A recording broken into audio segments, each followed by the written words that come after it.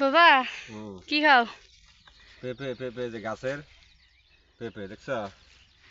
লাল তো ভালোই দেখা যাচ্ছে। অনেক অনেক মিষ্টি।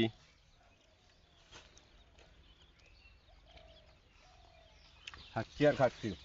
যে গরম, গরমে কেনা না তো, নিজের গাছের পেঁপে, বুঝছো? সবগুলো খাওয়া ফেলাম। হুম খাও। হুম গাছের পেঁপে, পেঁপেটা অনেক বড় ছিল, মানে 5 কেজি ওজন হবে। যে গরম, ঠান্ডা ঠান্ডা খাচ্ছি, গরমে ঠান্ডা পেঁপে অনেক।